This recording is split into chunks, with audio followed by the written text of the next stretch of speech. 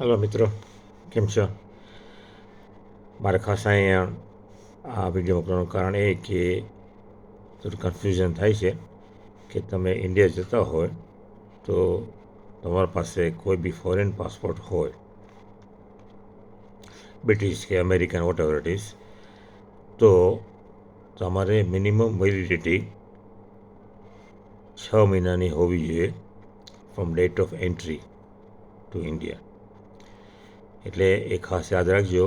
અને minimum 2 pages પાસપોર્ટમાં blank હોવા જોઈએ, કારણ કે એ લોકોને સ્ટેમ્પ મારવાનો હોય છે. એટલે એ પ્રમાણે રૂલ છે કે 6 મહિના મિનિમમ વેલિડિટી હોવી જોઈએ, પ્લસ 2 પેજ તમારા બ્લેન્ક હોવા જોઈએ. તો આ ખાસ ધ્યાન રાખજો અને બીજાને કહેજો. અને તમે તમારા પાસપોર્ટના દર્શન કરતા રહેજો કે ક્યારે એક્સપાયર થાય છે. Thank you.